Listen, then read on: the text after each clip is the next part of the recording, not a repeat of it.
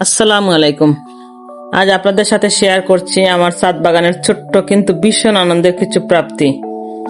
বিকেলের দিকে ছাদে উঠেই দেখলাম পুঁই শাক, ধনিয়া পাতা আর করলা তোলার মতো হয়ে গেছে। নিজের হাতে গাছ লাগিয়ে যত্ন করে বড় করার পর যখন সেখান থেকে সবজি তুলি, তখন সেই অনুভূতিটা সত্যি অন্যরকম। ঝিঙে গাছে ঝিঙে ধরে আছে, লাউ গাছে লাউ এসেছে, আরো কিছু করলা, লাউ, ঝিঙে তুলতে পারবো কয়েকদিন পর। শুধু ছাদেই নয়, বারান্দার গাছ থেকেও আজ তুলেছি কাঁচা মরিচ আর বোম্বাই মরিচ। বাজার থেকে কিনে আনা সবজির চেয়ে নিজের গাছের ফলন যেন অনেক বেশি তৃপ্তি দেয়। আমার বারান্দায় এখন আর তেমন জায়গা নেই, তাই কামিনী ফুলের গাছটা ছাদে রেখে দিয়েছি। আজ যখন দেখলাম গাছ ভর্তি সাদা সাদা ফুল ফুটে আছে, মনটা একেবারেই ভালো হয়ে গেল। ফুলের সৌন্দর্য আর মিষ্টি সুবাস যেন দিনের সব ক্লান্তি দূর করে দেয়। প্রকৃতির সাথে এই ছোট্ট সম্পর্কটাই আমার কাছে অনেক বড় পাওয়া।